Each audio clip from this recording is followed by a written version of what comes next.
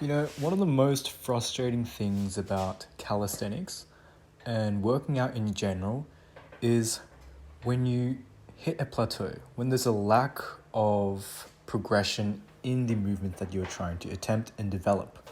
Now, this may come across in cases of trying to hit a PR on squat or like the bench. You're stuck on a weight for or in my case, like 95 kilos for like 4 months, right? Well, I haven't been too worried about that stuff, but in today's session, I've prioritized my planche workout and the things that were going inside my head were just all the thoughts, all the lists that I'm trying to find out, asking am I why am I almost regressing in the planche? Why do I feel weaker and why are my holds weaker than my last planche session? Should there not be this linear progression such that every single workout should allow for some visual representation of your strength increase?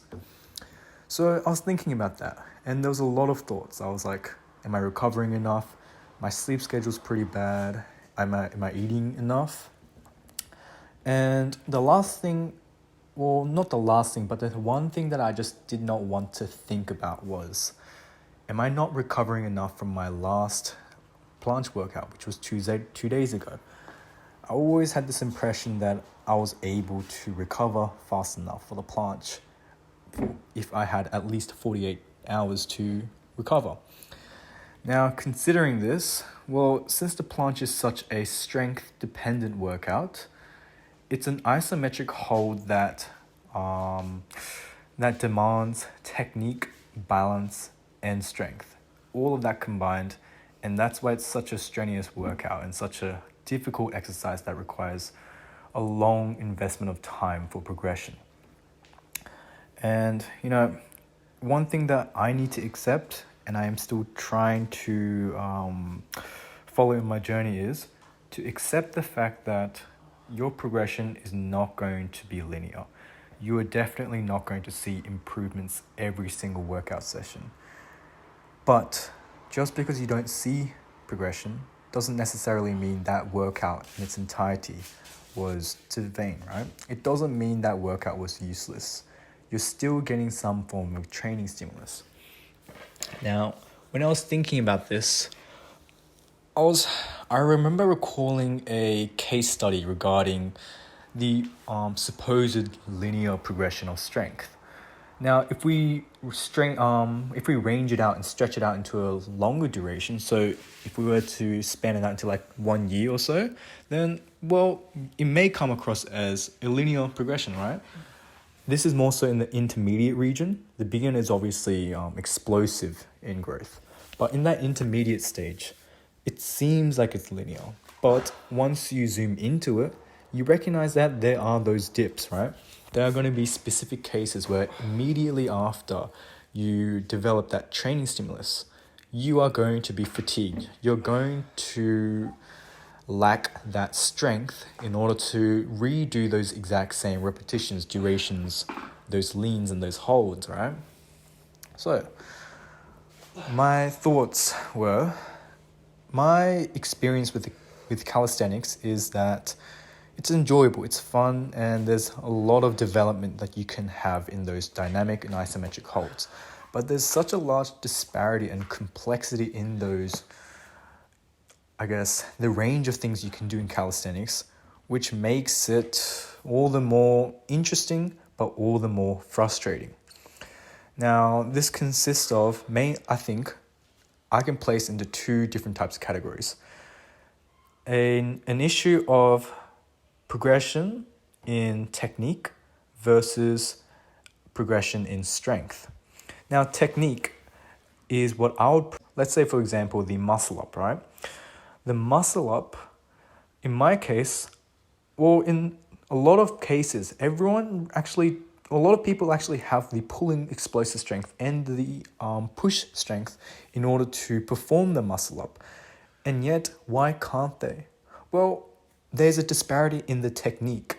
They are not able to understand how they're meant to pull. In which position must you pull in order to bring your whole body over, right?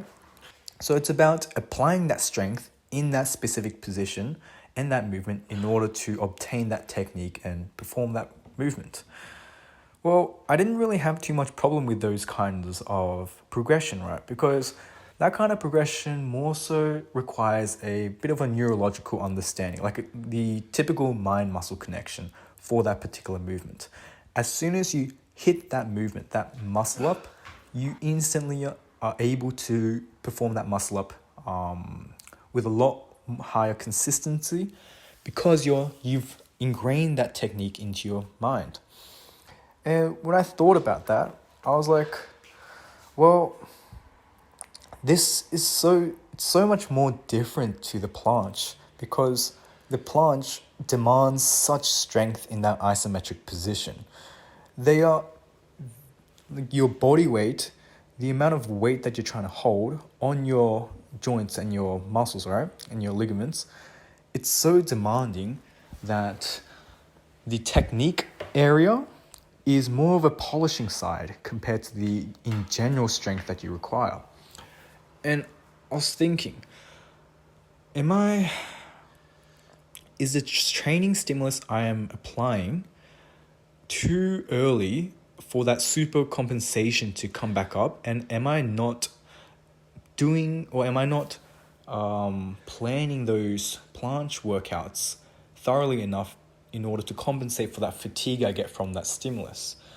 And in general, that general workout slash recovery cycle, you start off with your training stimulus, and then you begin to fatigue and you dip down, and then you start to concave back up with the recovery, right? And then you get back into the super compensation, which is for your beneficial strength increase, right? And I was thinking, well, how am I able to schedule these planche and these calisthenics workouts such that I can maximize my progression and allow for full recovery in my joints, ligaments, and tendons? And I've yet to find this out, and I've been thinking of just applying more of my experience in order to, via trial and error, find out that perfect balance. Because since it's all different compared to every single body type, how you yourself recover, you need to recognize that not all calisthenics workouts are going to be the best or the most beneficial for your particular body type. So I guess I'm still on this journey and I'm hoping to work out and figure this stuff more out. All right, well, I'll see you guys later.